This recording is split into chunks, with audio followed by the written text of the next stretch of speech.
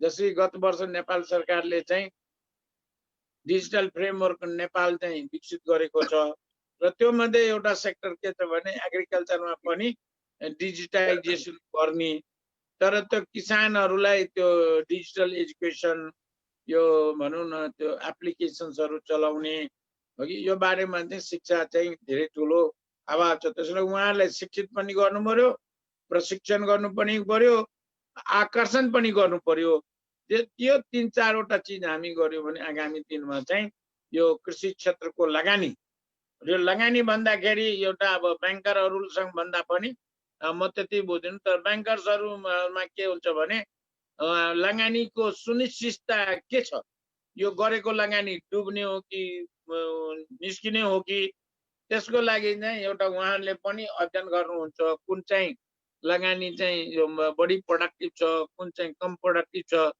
त्यसैले त्यो लगानीको सुनिश्चितता र त्यसै गरी गत बैठकमा पनि आएको थियो मैले भने त्यो सुनिताजीले अब आज जोइन गर्नुभएको छ कि छैन हाम्रो यो नेपाल सरकारको चाहिँ यो बिमा कम्पनी छ यो निर्जन बिमा कम्पनी त्यसैले यो इन्सुरेन्स किन किसानहरूको जुन लगानी छ बालीको त्यसमा चाहिँ यो नेचुरल डिजास्टर प्राकृतिक प्रकोपहरू विभिन्न कारणहरूबाट जसै कहिले किरा लाग्छ कहिले असिना पर्छ कहिले बाढी आउँछ कारणले यदि केही क्षति भयो भने त्यसलाई चाहिँ हामी कसरी चाहिँ यो बिमा मार्फत चाहिँ सुनिश्चित गर्छौँ त्यसैले बिमासँग पनि यसलाई चाहिँ हामी जोडेर हेर्नुपर्ने र त्यसलाई पनि सुनिश्चितता गर्नुपर्नेहरू हुन्छ यति भनेर पुनः अहिले सबै ब्याङ्कसँग हामीले चाहिँ यो किसानसँगको संवाद भन्छु मैले यो भन्दाखेरि चाहिँ हामी चाहिँ कृषि एग्रिकल्चर क्रेडिटको किसान कार्डको कुरो भने पनि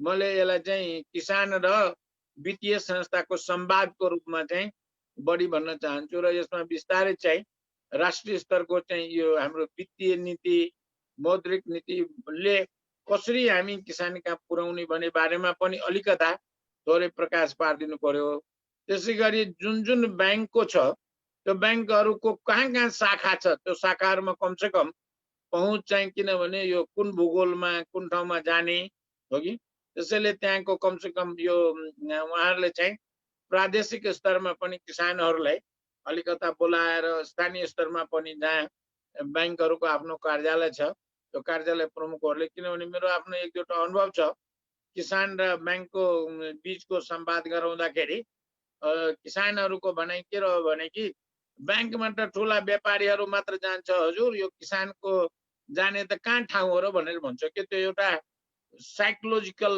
ब्यारियर भन्छु मैले हो कि त्यो साइकोलोजिकल ब्यारियर तोड्नको लागि कमसेकम जुन ठाउँमा प्रदेशिक कार्यालय छ हुनसक्छ केही अगुवा किसानहरूलाई त्यहाँको कृषि ज्ञान केन्द्रहरूको सहयोग लिएर भनेको ब्याङ्कहरूको तर्फबाट पनि क्रियाशीलता अग्रसरता अलि लिनुपर्ने आवश्यकता हुनसक्छ जसले गर्दाखेरि किसानहरूले ब्याङ्कमा खालि किनभने किसानहरूलाई कर्जा लिनको लागि ब्याङ्कको कर्मचारी भेट्ने भनेको उहाँहरू होइन खालि पैसा राख्ने र झिक्ने मात्र काम गर्छ त्यो पनि चेकबाट नभए कहाँ के होला भनेर हुन्छ हो कि मैले अस्ति एक दुईवटा किसानलाई सोधेको यो मोबाइलमा नै आउँछ नि त्यो मोबाइल एप्लिकेसन गर्यो भने कहाँ हजुर हामीलाई त योभन्दा अगाडि पुरानो ब्याङ्कहरूमा त्यो पहिले ब्याङ्कको एउटा किताब हुन्थ्यो त्यसैमा कति जम्मा गरेको पनि लेखेर सही गरिदिन्थ्यो कति झिकेर सही गर्थ्यो कति बाँकी हो भने अझै पनि त्यो मनस्थिति र मानसिकताबाट हाम्रो यो छ नि डिजिटल प्रतिको विश्वास हाम्रो खास गरी यो अनलाइनमा यता कता जुन अब अलि ठग्ने या कहिलेकाहीँ त्यो हुने भएको हुनाले यो डिजिटल ट्रान्जेक्सनको बारेमा पनि अलिकता कन्फिडेन्स बिल्डिङहरू पनि गराउनु पर्छ यति कुरो राखेर मैले चाहिँ पुनः हाम्रो यो कार्यक्रममा हाम्रो सुरुवात गर्दा हाम्रो R&D इनोभेसन र आज हाम्रो सानिमा ब्याङ्क त्यो ब्याङ्कसँग त मेरो पुरानो साइनो पनि छ अब धेरै कमलाई थाहा होला हाम्रो जीवाजीहरू जतिखेर सुरु गर्नुभयो त्यो अहिलेको अफिसभन्दा त्यो पुरानो अफिसमा पनि धेरै त्यसमा त्यो ब्याङ्कको त्यतिखेर चाहिँ प्रमोट गरेको ब्याङ्क हो भन्ने चलन थियो र मलाई लाग्छ 10 वर्ष पुरा भएको छ र 10 वर्षमा सानिमा ब्याङ्कले राम्रै उपलब्धि गरेछ राम्रो हाइड्रो पावर अब सानोमा इन्सुरेन्स पनि उहाँहरूको छ। त्यसैले ब्याङ्किङ र इन्सुरेन्स दुईटैको बिचको चाहिँ हामी चाहिँ सहकार्यमा अगाडि बढौँ। यति भन्दै पुनः हाम्रो ब्याङ्कको तर्फबाट पाल्नु भएको रोशनजीलाई चाहिँ मैले अघि पनि भन्दै थिएँ, यो कहिलेकाहीँ यो अनलाइन प्रेजेन्टेसन या बोल्दाखेरि यसलाई चाहिँ प्रभावकारिता पनि धेरै लामो भने कहिलेकाहीँ हराउँछ। त्यसैले अलि समयभित्रै गर्नुभयो भने बरु बिचबिचमा फेरि क्वेसन एन्सर गर्यो भने यसलाई बढी इन्टरेक्टिभ पनि बनाऊ भने मेरो अनुरोध छ। यति भन्दै सबैजनालाई पुनः स्वागत अभिवादन गर्दै सुजनाजीलाई चाहिँ कार्यक्रम अगाडि बढाउन अनुरोध गर्छु। Over to सुजनाजी। धन्यवाद गणेशजी, हजुरको यो इन्सपायरिङ र इन्करेजिङ मन्तव्यको लागि। किनभने हजुरले दिनुभएको हरेक शब्दहरूमा चाहिँ हामीले कसरी अगाडि बढ्न सकिन्छ, अझ हाम्रो करेक्सन हुनुपर्ने ठाउँहरू कति छ भन्ने कुराहरू हामीले सिक्न पाएका छौँ हजुरबाट। र हामीमा आज कृषि कर्जा विभाग प्रमुख रोशनजी हुनुहुन्छ सानिमा ब्याङ्कबाट। उहाँसँग चाहिँ आज हामीले हाम्रो किसान वर्ग अथवा जो पनि आवश्यक परेको लोनको आवश्यकतामा हामीसँग जोडिनु भएको अथवा हामीसँग नजोडिँदा पनि कृषि कर्जाको लागि बुझ्न खोज्नु भएको किसानहरूको लागि चाहिँ सानिमा ब्याङ्कबाट कसरी कर्जा लिन सकिन्छ अथवा सानिमा ब्याङ्कले यो कृषि क्षेत्रमा के कस्तो स्टेपहरू लिइरहेको छ, जसले गर्दाखेरि चाहिँ अहिले हाम्रो किसान वर्गबाट अहिले भएको स्टेपभन्दा अलिकति माथि अझै राम्रो हुन सकोस् भन्ने।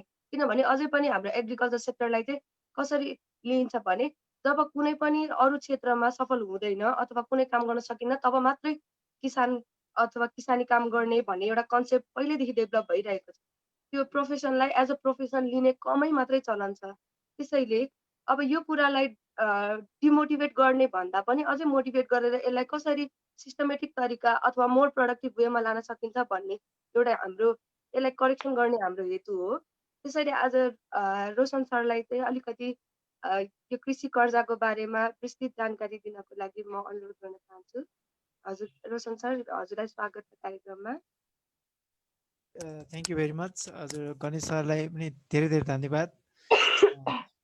अब यो पहिलाको परिवेश र अहिले अब कृषिमा लगानीको परिवेश बिस्तारै यो चेन्ज हुँदै आएको छ। ब्याङ्कहरूमा पनि एउटा छुट्टै प्र्याक्टिस बसिसकेको छ। कृषि कर्जाको लागि छुट्टै डिपार्टमेन्ट राख्ने, स्टाफहरू छुट्टै राख्ने, त्यही अनुसारको प्रक्रियाहरू पनि अलिकति फरक सरल र कसरी हुन्छ किसानले बुझ्ने प्रक्रियाबाट चाहिँ लोन दिने क्रम चाहिँ अब बिस्तारै सुरु भएको छ। जसको उपज जस्तो अब आज म यहाँ एउटा कृषि विभागको प्रमुख रूपमा छु भनेपछि अब ब्याङ्कहरूले चाहिँ कृषि विभाग भनेर राख्ने होइन, कृषिलाई चाहिँ अलिकति प्राथमिकता दिएर कृषिको लागि छुट्टै प्रक्रिया प्रोसिडियरहरू चाहिँ ब्याङ्कहरूले चाहिँ अवलम्बन गरेको देखिन्छ।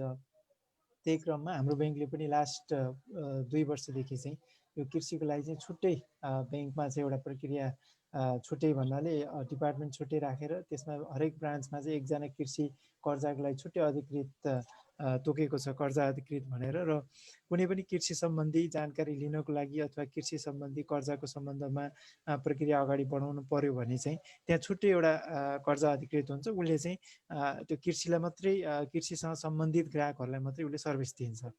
त्यसरी चाहिँ हामीले एउटा स्ट्रक्चर बनाएको छ ब्याङ्कमा र त्यसैको उपज हो हाम्रो यो साना तपाईँको 10 लाखभन्दा कमको लोनहरू नै करिब 1 अर्ब 1.5 अर्बभन्दा माथि छ। त्यसपछि एसएमई तपाईँको 5 अर्बभन्दा माथि छ है यो कृषि क्षेत्रमा।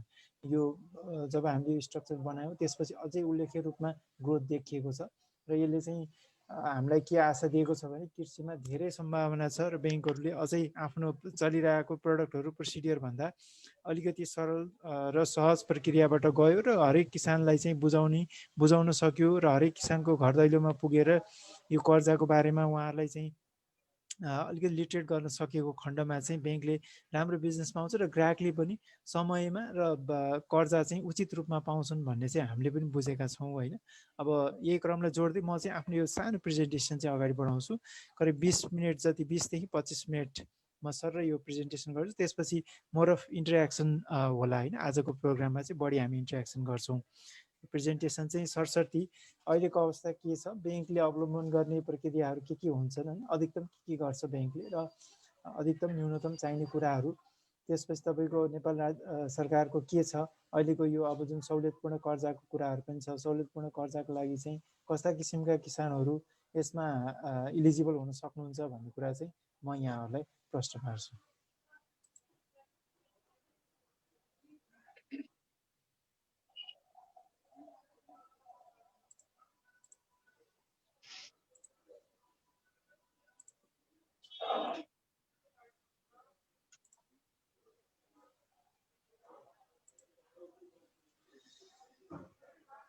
अब कृषि अब हामी सबैलाई थाहा छ, गणेश सरले पनि भनिसक्नु भएको छ होइन। कृषिलाई कृषिको चाहिँ नेपालको इकोनोमीमा हेऱ्यो भने करिब अब यो रिसर्चर अनुसारको डाटा चाहिँ कहिलेकाहीँ 1-2% फरक पर्छ, तर अराउन्ड 36% चाहिँ जिडिपीमा कन्ट्रिब्युसन छ भन्ने छ। त्यस गरी यसमा चाहिँ अराउन्ड 66 to 70% पपुलेसन चाहिँ इन्गेज छन्। भनेको यसबाट चाहिँ प्रत्यक्ष रूपमा चाहिँ रोजगारी लिएका छन् अथवा यसको आम्दानीबाट चाहिँ उनीहरूको लाइभलीहुड चाहिँ चलेको छ भन्ने छ। त्यसपछि अब नेपाल गभर्मेन्टले पनि यो 77-78 को बजेटमा करिब 41 अर्ब पैसा चाहिँ यो कृषि क्षेत्रको विकासको लागि भनेर छुट्याएको छ होइन। करिब 1.4 ट्रिलियन बजेटमा चाहिँ 41 बिलियन चाहिँ नेपाल गभर्मेन्टले एग्रिकल्चर सेक्टर डेभलपमेन्टको लागि छुट्याएको छ। अब त्यो हेर्दाखेरिमा अब यो एग्रिकल्चर सेक्टरमा फन्ड मोबिलाइज गर्नको लागि ब्याङ्कहरूलाई नेपाल गभर्मेन्टले नेपाल राष्ट्र ब्याङ्कको माध्यमबाट चाहिँ 15% चाहिँ कम्तीमा पनि 15% चाहिँ कृषिमा 2080 सम्ममा चाहिँ कम्तीमा कृषिमा लगानी गर्नुपर्छ भनेर तोकिदिएको छ ब्याङ्कहरूलाई। र अहिले टोटल ब्याङ्कहरूको चाहिँ लोनको अवस्था हेऱ्यो भने 2.9 ट्रिलियन जति छ। त्यसमा चाहिँ एग्रिकल्चर सेक्टरमा चाहिँ जम्मा 436 बिलियन मात्रै छ। भनेको अझै असार चाहिने चाहिँ 436 बिलियन हो, तर सबै ब्याङ्कहरूको कृषिको लगानी हेऱ्यो भने 171 बिलियन मात्रै छ। यो असार 2077 को हेर्दाखेरि चाहिँ त्यहाँ ठुलो ग्याप छ होइन। ब्याङ्कहरूले धेरै लगानी गर्नुपर्ने देखिन्छ यो 15% को पुर्याउनलाई पनि। र त्यो हिसाबले हेर्दाखेरिमा अब ब्याङ्कहरू अझ बढी एग्रेसिभ भएर अझ बढी चाहिँ फार्ममा चाहिँ इन्गेज हुने हिसाबले चाहिँ अब प्रोडक्टहरूदेखि लिएर ब्याङ्कहरूको इन्भल्भमेन्ट हुन्छ भन्ने चाहिँ मलाई लाग्छ। र कृषि क्षेत्र भन्नाले अब नेपाल सरकारले तोकिदिएको के छ भने अन्न बाली तरकारी होइन चिया सुर्तीदेखि लिएर यो नेपाल सरकारले जति पनि यो कृषि क्षेत्र भनेर तोकेको छ त्यो क्षेत्रहरूमा लगानी गरेकोलाई मात्रै कृषिमा लगानी भएको मानिन्छ ब्याङ्कहरूबाट। र ब्याङ्कहरूले पनि कृषिमा लगानी गर्ने भन्दाखेरिमा यिनै क्षेत्रहरूलाई चाहिँ मुख्य केन्द्रमा राखेर चाहिँ आफ्नो मार्केटिङ गर्ने, प्रोडक्टहरू बनाउने, त्यसपछि कस्टमरलाई चाहिँ त्यही अनुसारले सोलिसिट गर्ने कामहरू गर्छन्। र कृषि क्षेत्रमा मुख्य गरी यो फार्मिङ त भइहाल्यो होइन।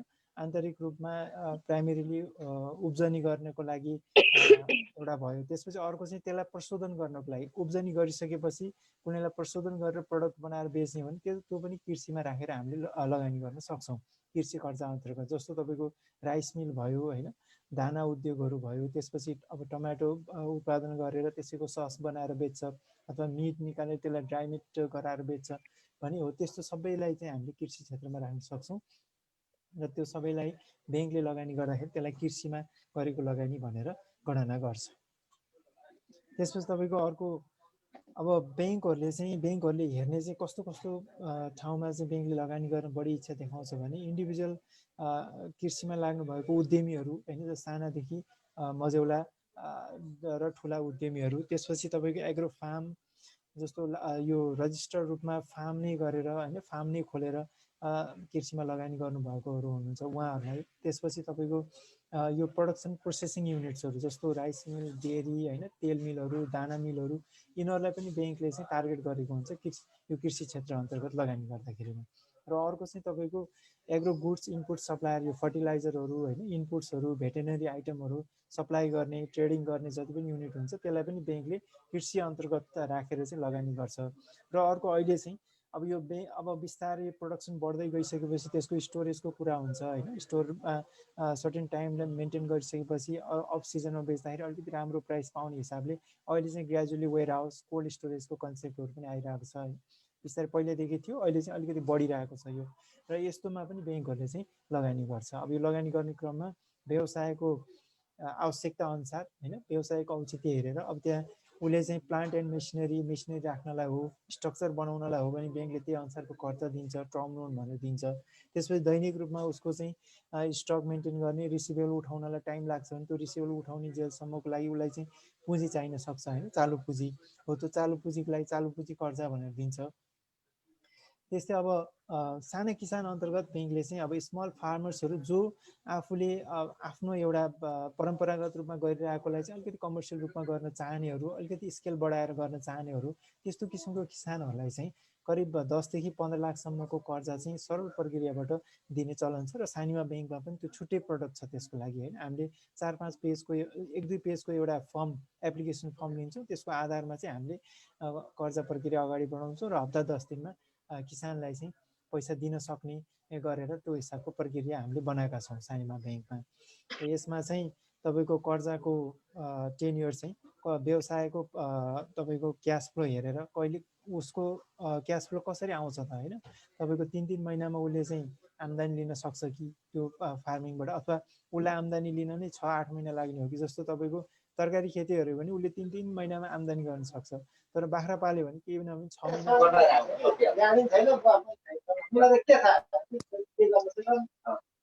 त्यसमा त्यो पठाइन्छ, खाता क्यान्सल गर्छ, गाडी नै छ, त्यसलाई चाहिँ पटाएर आउनु पर्यो, गाडी हुँदा गराउनु लागि। हेलो हजुर सुजना जी, कन्टिन्यू गरौँ। हजुर हुन्छ सर, त्यहाँ अर्को माइक अन रहेछ सर। सुजना सबैको म्युट गरिदिनु न उहाँ बाहेकको। मैले गरिदिएँ सर। ल ठिक छ, अगाडि जाने भनौँ। हजुर, अब यसमा चाहिँ ब्याज दरमा चाहिँ अब सहुलियतपूर्ण कर्जाको हकमा चाहिँ तपाईँको ब्याङ्कले तय गर्ने ब्याज दरमा चाहिँ 5% चाहिँ नेपाल गभर्मेन्टले ब्याज दरमा सहुलियत दिन्छ होइन। त्यो भनेको हजुरको अब ब्याङ्कको बेस रेटमा अधिकतम 2% प्रिमियम लगाउन पाउँछ ब्याङ्कले। र त्यो गर्दाखेरिमा जस्तो बेस रेट 8 छ भने त्यसमा 2 लगाउँदाखेरि 10% हुने भयो र 10मा चाहिँ -5% चाहिँ नेपाल सरकारबाट आउने भएको भएर हामीले चाहिँ किसानहरूलाई अथवा ग्राहकहरूलाई कृषिमा लगानी गर्दाखेरिमा चाहिँ 5% होइन। त्यो रेट बेस रेट यदि 8% भएको खण्डमा 5% मात्रै ग्राहकलाई सुरु डे 1 देखि नै कर्जा दिएको डे 1 देखि नै हामी 5% लगाउँछौँ त्यसमै। र यो सहुलियतपूर्ण कर्जा अन्तर्गत चाहिँ प्रोसेसिङ फी लिन नपाइने भनेको छ र त्यो प्रोसेसिङ फी पनि प्रोसेसिङ फी भन्ने पनि लाग्दैन होइन। र अर्को चाहिँ धितोको सवालमा चाहिँ अब कतिपय साना किसानहरूले चाहिँ आफ्नै घर बाली आफ्नो नाम आफ्नै जुन प्रपर्टी हुन्छ त्यसमा चाहिँ फार्मिङ गर्ने हुँदाखेरिमा उहाँहरूको जस्तो ल्यान्ड छ फार्म ल्यान्ड पनि ब्याङ्कले धितोको रूपमा लिन्छ। त्यसमा चाहिँ बाटो यति फिटे जानुपर्ने अथवा रोड यस्तो फ्ल्याट भएको यस्तो उस्तो भन्ने चाहिँ हुँदैन। हामीले चाहिँ बिना बाटो नभएको जग्गाहरू पनि धितोको रूपमा स्वीकार्छौँ कृषिमा लगानी गर्दाखेरिमा चाहिँ।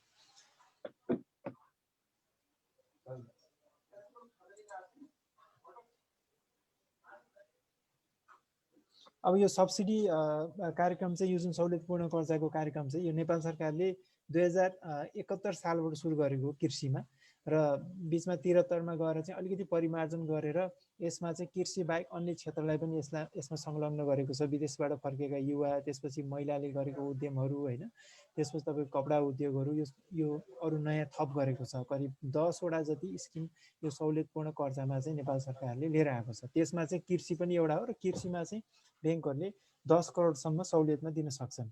र 10 करोडसम्म सहुलियतमा दिँदाखेरिमा 5 करोडसम्म चाहिँ 5% सहुलियत हुन्छ ब्याज दरमा। त्यसपछि बढेको 5 करोड जुन हुन्छ त्यसमा चाहिँ 2% मात्रै सहुलियत हुन्छ। र हजुरको यो चाहिँ कुन कुन क्षेत्रलाई चाहिँ सहुलियत कर्जा पाइन्छ त भन्ने कुरा चाहिँ नेपाल सरकारले तोकिदिएको छ होइन। तपाईँको करिब 30 वटा जति क्षेत्र छुट्याइदिएको छ जसमा चाहिँ हामीले सहुलियत दिन सक्छौँ। ब्याङ्कहरूले चाहिँ सहुलियतपूर्ण कर्जा चाहिँ ग्राहकलाई दिन सकिन्छ। र 30 वटा क्षेत्र चाहिँ म अहिले यहाँलाई विस्तारमा भनौँला। र 10 लाखसम्म कर्जा चाहिँ हामीले व्यक्तिको नाममा पनि दिन सक्छौँ। कोही किसानले फर्म दर्ता गर्न उहाँलाई झन्झट हुन्छ होइन, उहाँले सक्ने अवस्था छैन, ग्रामीण एरियामा त्यो सम्भव पनि नहुन सक्छ। हो त्यस्तो अवस्थामा चाहिँ हामीले 10 लाखसम्म व्यक्तिको नाममा कृषि कर्जा दिन सक्छौँ। त्यस्तै गरी तपाईँको करिब 1 करोडसम्म लोन दिँदाखेरि चाहिँ त्यो संस्थाको रूपमा दर्ता हुनुपर्छ। त्यसपछि 1 करोडभन्दा माथि कर्जा लिनको लागि चाहिँ अनिवार्य रूपमा कम्पनीमा दर्ता हुनुपर्छ भन्ने छ। र कुनै पनि यो व्यक्तिको नाममा दिँदा होस् या कम्पनीको नाममा दिँदा होस् प्यान चाहिँ अनिवार्य हुन्छ। सबै किसानले प्यान चाहिँ लिनै पर्ने हुन्छ होइन ब्याङ्कसँग यो सहुलियतपूर्ण कर्जा लिँदाखेरिमा। र यो सहुलियतपूर्ण कर्जाको चाहिँ तपाईँको टेन्युर अवधि चाहिँ ब्याङ्कले त्यो ग्राहकको क्यास फ्लो हेरेर होइन उहाँले तिर्न सक्ने क्षमता हेरेर 5 देखि 10 वर्षसम्म राख्न सक्छन्। तर सहुलियतपूर्ण ब्याज दर चाहिँ 5 वर्षसम्म मात्रै लागू हुन्छ। 5 वर्षपछि चाहिँ ब्याङ्कको रेगुलर रेट उहाँहरूले तिर्नुपर्ने हुन्छ। नेपाल सरकारले चाहिँ 5 वर्षसम्म मात्रै सहुलियत दिन्छ होइन, ब्याज दर सहुलियत। 5 वर्षपछिको अवधि जुन हुन्छ बाँकी, त्यो अवधिमा चाहिँ ग्राहकले ब्याङ्कले तोकेको ब्याज दर चाहिँ तिर्नुपर्ने हुन्छ।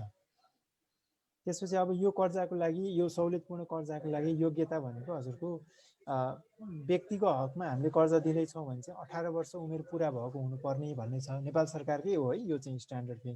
त्यसपछि तपाईँको अब समूह जमानीमा पनि ब्याङ्कहरूले दिने गर्छन्। त्यसपछि तपाईँको 10 लाखभन्दा बढी कर्जाको हकमा अनिवार्य रूपमा संस्था अहिले मैले भनिहालेँ, र 1 करोडभन्दा बढी चाहिँ अनिवार्य रूपमा कम्पनीमा दर्ता हुनुपर्छ। संस्था भनेको जस्तो सोल प्रोप्राइटरसिप हुन्छ नि, व्यक्तिगत नाममा दर्ता गरेको फर्महरू हो, त्यस्तो चाहिँ त्यस्तोलाई पनि दिन सकियो। पार्टनरसिप फर्म हुन्छ होइन, 2-3 जना पार्टनर मिलेर गर्नुभएको हो, त्यस्तोलाई पनि दिन सकियो।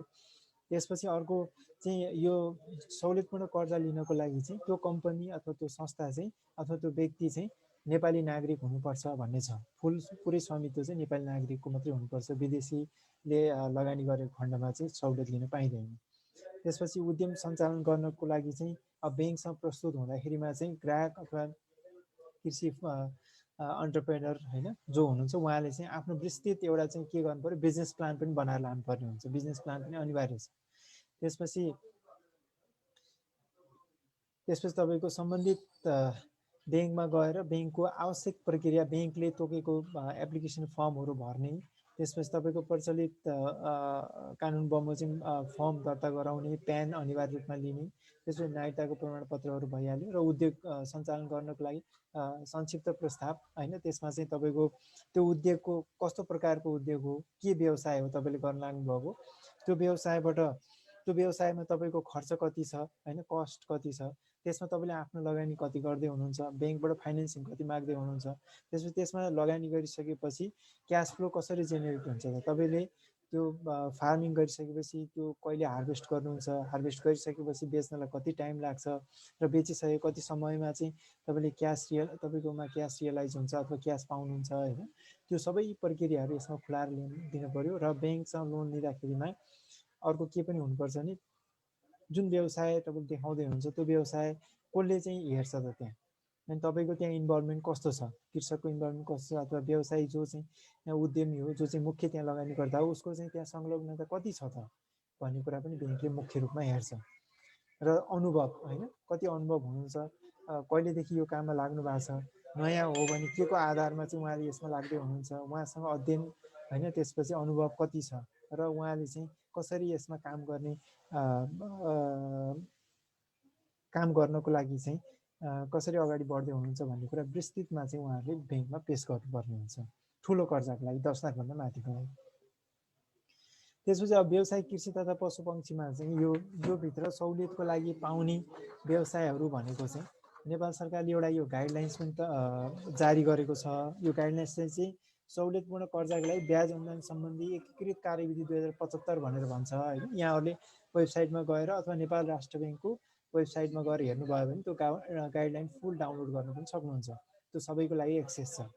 अब यसमा चाहिँ मुख्य गरी अहिले मैले भनिहालेँ 30वटा क्षेत्र छुट्याइदिएको छ। 30वटामा तपाईँको तरकारी खेतीदेखि लिएर बिउ बिजन उत्पादन गर्ने, वनजन्य व्यवसाय होइन, कसैले चाहिँ प्राइभेट व्यक्तिगत वन पनि लाउन सक्नुहुन्छ। व्यक्तिगत वन बनाएर त्यसमा काठ उत्पादन गरेर त्यो काठ बेच्ने होइन, त्यो गर्न सक्नुहुन्छ। त्यसको लागि पनि ब्याङ्कले कर्जा दिन सक्छ। त्यसपछि पुष्प व्यवसाय र बागबानी, त्यस्तै गरी हजुरको पशुपक्षी पालन जस्तो कुखुरा, टर्की, हाँस, अस्ट्रिच यस्तो किसिमको पशुपक्षीहरू पालन गर्न पनि ब्याङ्कले चाहिँ कर्जा दिन सक्छ सहुलियतमा। त्यसपछि अर्को हजुरको फलफुल उत्पादन होइन, उत्पादित फलफुललाई चाहिँ भण्डारण गर्नलाई, त्यसपछि तपाईँको दुध उत्पादन गर्न डेरीहरू जुन हुन्छ, दुध उत्पादन प्रशोधन, त्यसपछि तपाईँको माछा पालन, माछा उत्पादित माछालाई प्रशोधन गर्ने, स्टोर गर्ने होइन, त्यसलाई प्याकिङ गर्ने, त्यो सबै प्रक्रियाको लागि चाहिँ ब्याङ्कले सहुलियतमा कर्जा दिन सक्छ भने। अर्को चाहिँ च्याउ उत्पादन अनि पशु बधशाला, त्यसपछि तपाईँको जडीबुटी उत्पादन भयो, त्यसपछि उखु, कफी, चिया, अदुवा, अलैँची, बेसार, जैतुन, सूर्यमुखी, अल्लु, लोक्ता, यो सबैलाई चाहिँ ब्याङ्कले चाहिँ सहुलियतमा कर्जा दिन सक्छ। त्यसपछि अर्को हजुरको यो मौरी पालनको लागि, त्यसपछि जौ फापर सिलम उत्पादन गर्ने प्रशोधन गर्ने व्यवसायको लागि, त्यसपछि प्राङ्गारिक र जैविक मलहरूको लागि पनि तपाईँको इनपुटदेखि लिएर चाहिने सम्पूर्ण कुराहरूमा चाहिँ सहुलियतको व्यवस्था राखिदिएको छ नेपाल सरकारले। र अर्को चाहिँ तपाईँको पशुजन्य दाना उद्योगहरू, कपास होइन, रेशम खेतीहरू, त्यसपछि भेडा च्याङ्ग्रा, त्यसपछि यो कृषि औजारहरू, मुख्य गरी अहिले यो कृषि औजारहरू चाहिँ नेपालमै बनाउने यो अहिले बिस्तारै यो फ्याक्ट्रीहरू लाग्दैछ होइन। बिस्तारै जति पनि कृषकहरू पहिला चाहिँ सानो व्यवसायबाट सुरु गर्नुभएको मैले 2-3 जना चिन्छु। जस्तो हाम्रो यो नेपाल थोपा सिँचाइको चाहिँ खोजराजजीहरू, उहाँहरू सुरुमा यहाँ जितपुरमा चाहिँ फार्मिङ गर्नुहुन्थ्यो कि एउटा सर्टेन एरियामा लिजमा लिएर। अहिले उहाँहरूले यो कृषि औजारहरू उत्पादन गर्ने फ्याक्ट्री राख्दै हुनुहुन्छ यो चितवन कुन ठाउँमा, चितवनतिर जस्तो लाग्छ हो। त्यस्तो किसिमको फ्याक्ट्रीहरू कसैले बनाउन चाहनुहुन्छ, जस्तो प्लास्टिक होइन, यो ड्रिप इरिगेसनको पाइपहरू सबै प्रडक्सन गर्ने युनिटहरूलाई पनि अथवा बिजनेसलाई होइन फर्मलाई पनि हामी सहुलियतमा कर्जा दिन सक्छौँ। अर्को हजुरको त्यो भयो। त्यसपछि कृषि चुन उद्योग, यो चाहिँ दानाको लागि काम लाग्छ यो चुन होइन, त्यो चुन उद्योगहरूलाई पनि ब्याङ्कले लगानी गर्न सक्छ। अर्को बागवानी नर्सरीहरूको लागि होइन, बिरुवादेखि लिएर फलफुलहरूको नर्सरीहरू जुन हुन्छ तिनीहरूलाई पनि ब्याङ्कले चाहिँ सहुलियतमा कर्जा दिन सक्छ। अर्को व्यवसायिक घाँस खेती गर्नेहरूलाई पनि ब्याङ्कले चाहिँ सहुलियतमा कर्जा दिन सक्छ। त्यसपछि शीत भण्डारण भनेको कोल्ड स्टोरेज जुन वेयर हाउसहरू हुन्छ होइन, त्यसको लागि पनि ब्याङ्कले चाहिँ कर्जा के अरे यो सहुलियतमा कर्जा दिन सक्छ। र अर्को चाहिँ के छ भने यो पुरानो सेलर मिलहरू हुन्छ नि, पुरानो सेलर तथा हलर मिल भन्ने हामीले गाउँघरतिर सुन्थ्यौँ, यो सेलर मिल हलर मिल भन्ने हो। त्यस्तो मिलहरूलाई चाहिँ आधुनिकीकरण गरेर अलिकति कमर्सियल रूपमा कसैले अपरेट गर्न चाहन्छ भने त्यस्तोको लागि पनि ब्याङ्कले सहुलियतमा कर्जा दिन सक्ने भनेर नेपाल सरकारले व्यवस्था मिलाएको छ। र अर्को चाहिँ धान, गहुँ, मकै, जौ, फापर यिनीहरू उत्पादन, भण्डारण र प्रशोधन गर्ने युनिटहरू, जस्तो कसैले चाहिँ धान लगाउँछ र आफ्नै मिल राखेर त्यसलाई चाहिँ राइस बनाएर उसले आफैले प्याकेजिङ गरेर बजारमा बेच्छ भने त्यो सबै प्रक्रियामा संलग्न हुँदाखेरि उसलाई जति पनि कस्ट लाग्छ अथवा जति पनि उसले त्यहाँ लगानी गर्नुपर्ने हुन्छ त्यसमा पनि ब्याङ्कले सहुलियतमा कर्जा दिन सक्छ। अर्को मैले भने उखु, कफी, चिया, अलैँचीहरू, अदुवाहरू होइन, बेसार, जैतुन, यो सबै खेतीको लागि चाहिँ ब्याङ्कले सहुलियतपूर्ण कर्जा दिन सक्छ। अब यो क्षेत्रहरू चाहिँ यिनी हो सहुलियतपूर्ण कर्जाको लागि योग्य दिनलाई योग्य क्षेत्रहरू। त्यसपछि अर्को अब यो सहुलियतपूर्ण कर्जाको फेरि एउटा कुरा के छ भने व्यवस्था ब्याङ्कहरूले अलिकति धितोमा अलिकति कमसल धितो पनि स्वीकार गर्ने। त्यसपछि नेपाल सरकारले नेपाल राज्यले सहुलियत पनि दिने भइसकेपछि भोलि यसरी सहुलियत दिएको ऋणीहरूले चाहिँ समयमा तिरेनन् र उनीहरूले चाहिँ ब्याज नियमित गर्न सकेनन् ब्याङ्कमा भने चाहिँ ब्याङ्कले चाहिँ ब्याङ्कलाई के कारबाही गर्न सक्छ भनेर नेपाल सरकारले नै तोकिदिएको छ। उनीहरूलाई कालो सूचीमा राख्नलाई ब्याङ्कलाई छुट छ होइन। भोलि कर्जा तिरेनन् टाइममा उनीहरूले तिरेन भने त्यसपछि राहदानीहरू रोका गरिदिने, पासपोर्ट रोका गरेर विदेश जानबाट वञ्चित गराउने।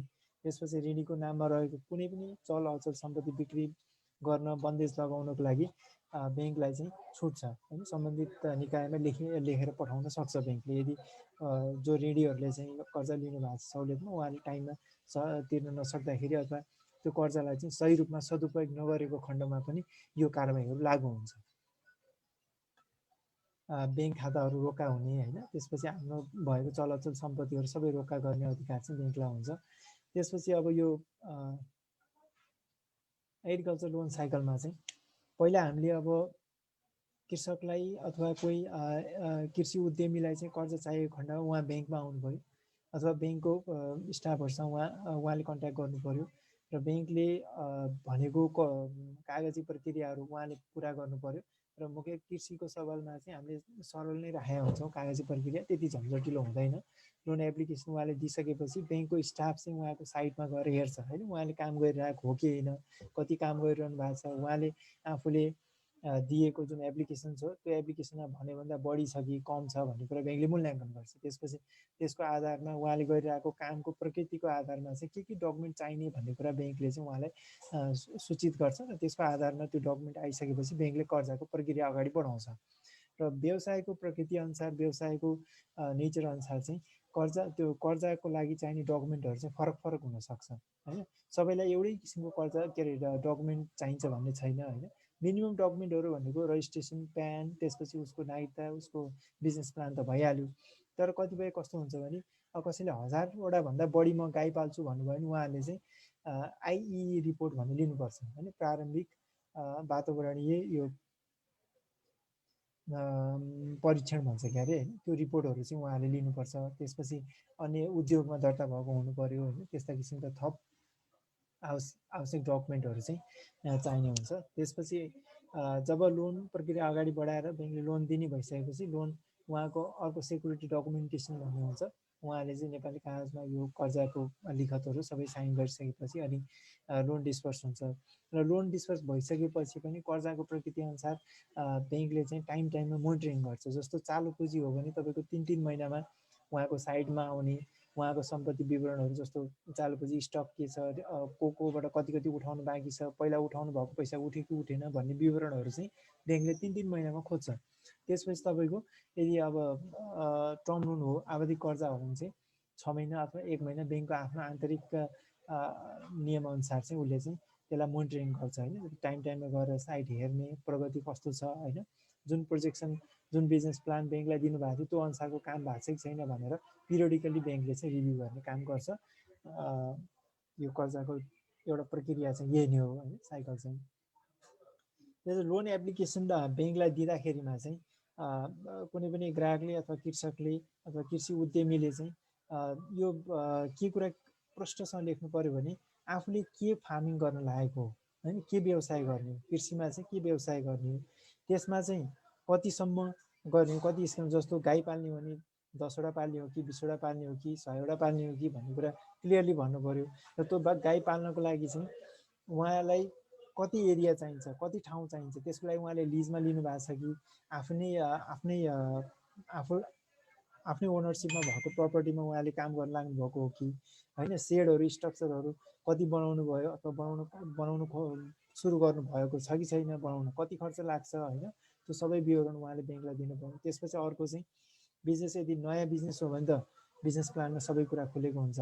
यदि अहिले चलिरहेको बिजनेस हो भने गएको वर्ष उहाँको कति आम्दानी भएको थियो त्यहाँबाट होइन, मार्केट कहाँ छ त्यसको, त्यसपछि उहाँलाई मार्केटमा के प्रब्लम छ र त्यसलाई चाहिँ उहाँले अब आउने दिनमा कसरी मिट गर्नुहुन्छ, त्यसमा बजारमा व्यवस्थित रूपमा उहाँले बेच्न सक्नु भएको छ कि प्राइस पाउनु भएको छ कि छैन भन्ने कुरा उहाँले ब्याङ्कलाई खुलेर दिनु पर्यो। त्यसपछि अर्को जुन क्रप्स लाइफ स्टक उहाँले फार्मिङ गर्दै हुनुहुन्छ त्यसमा चाहिँ उहाँको अध्ययन कति छ, उहाँको अनुभव कति छ होइन, ज्ञान कति छ भन्ने कुरा उहाँले ब्याङ्कलाई चाहिँ बुझाउनु पर्यो। म चाहिँ यसमा उहाँसँग अनुभव छैन भने मसँग अध्ययन गरेको यो छ अथवा मैले यसरी गर्न सक्छु, मसँग अध्ययन गरेका अथवा यसमा अनुभव भएका मान्छेले चाहिँ मलाई सहयोग गर्छन् भन्ने कुराहरू क्लियरली देखाउनु पर्यो। त्यसपछि फार्म कहाँनिर हो, कति टाढा हो, जस्तो सुइटेबल छ कि छैन होइन। भोलि अब जस्तो तपाईँको कुनै अब व्यवसायको प्रकृतिमा कसैलाई चिसो ठाउँ चाहिन्छ, कसैलाई अलिकति ड्राई एरिया चाहिन्छ होइन, कसैलाई अलिक गर्मी ठाउँ चाहिन्छ, र उहाँले गर्न लाग्नु भएको ठाउँ चाहिँ फार्मिङ गर्न लाग्ने ठाउँ चाहिँ बेस्ट सुइटेबल हो कि होइन त कृषिको लागि, जुन उहाँले गर्न लाग्नु भएको छ फार्मिङ त्यसको लागि सुइटेबल हो कि होइन त भन्ने कुरा प्रस्ताउनु पर्यो। त्यसपछि प्रपर बिजनेस प्लान त मैले भनिहालेँ। त्यसपछि प्रमोटर डाइरेक्टरहरूको ब्याकग्राउन्ड, जो त्यहाँ इन्भल्भ हुनुहुन्छ उहाँहरूको चाहिँ के छ त ब्याकग्राउन्ड होइन, पहिलाको अनुभव के छ।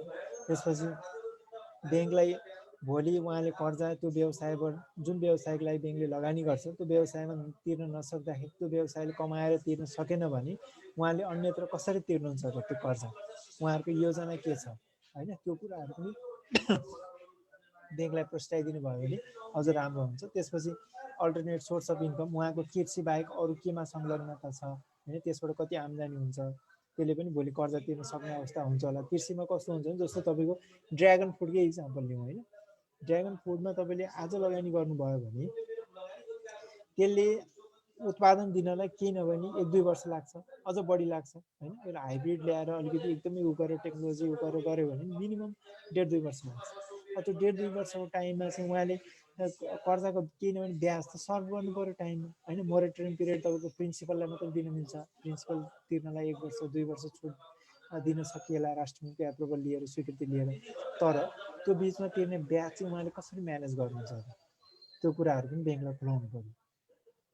फ्यामिली ब्याकग्राउन्डहरू भोलि उहाँ नहुँदाखेरिमा चाहिँ उहाँको छोरा अथवा उहाँको अरू परिवारको सदस्यले चाहिँ त्यहाँ साथ दिनुहुन्छ कि दिनुहुँदैन होइन उहाँको संलग्नता कस्तो छ अथवा त्यहाँ अहिले जसले त्यहाँ लिड गरिरहनु भएको छ उहाँ नहुँदाखेरि सेकेन्ड लाइन कमान्ड को छ त होइन भोलि उहाँको सक्सेसर को छ त्यहाँ हेर्नलाई भन्ने कुरा पनि ब्याङ्कलाई प्रश्न पारिदिनु भयो भने अझ ब्याङ्कले चाहिँ यस्तो कुराहरूमा चाहिँ प्रश्न हुन खोज्छ कि ताकि ब्याङ्क उहाँले जुन व्यवसायमा लगानी गर्नलाई ब्याङ्कसँग लोन माग्नु भएको हुन्छ उहाँले 30% लगानी गर्दाखेरि ब्याङ्कले 70% लगानी गरेको हुन्छ भनेको त्यो त उहाँको भन्दा बढी त ब्याङ्कको त्यहाँ लगानी गएको हुन्छ नि है त्यो भएको ब्याङ्कको चासो चाहिँ बढी यो विषयमा हुनुको कारण चाहिँ त्यो एउटा पनि हो।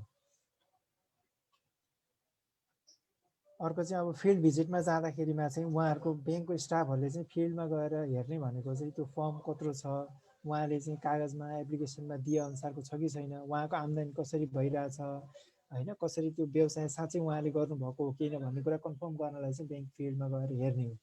त्यसपछि क्यास फ्लो साइकलहरू अब अहिले क्रप कुन स्टेजमा छ होइन कति टाइमपछि यसले क्यास फ्लो जेनेरेट गर्छ र लोन तिर्न सक्नुहुन्छ त्यही अनुसारले ब्याङ्कले कर्जा दिँदाखेरिमा रिपेमेन्ट सेड्युल जुन हुन्छ नि त्यो सेड्युल बनाउनु पर्ने हुन्छ। जस्तो तपाईँको आम्दानी त्यो कृषि व्यवसायबाट चाहिँ 3-3 महिनामा हुन्छ अनि तपाईँले चाहिँ एक महिना पछिको इएमआई राखिदिनु भयो भने इक्वेटेड मन्थली इन्स्टलमेन्ट राखिदिनु भयो भने त्यो ग्राहकले तिर्न सक्दैन 3 महिना नभइकन उसको क्यास फ्लो नै छैन बिजनेसबाट भने उसले 1 महिनामा कसरी तिर्छ होइन त्यस कारण उसको क्यास फ्लो कसरी आउँछ त बिजनेसबाट सरी त्यो व्यवसायबाट त्यसको आधारमा ब्याङ्कले चाहिँ रिपेमेन्ट सेड्युल बनाउँछ।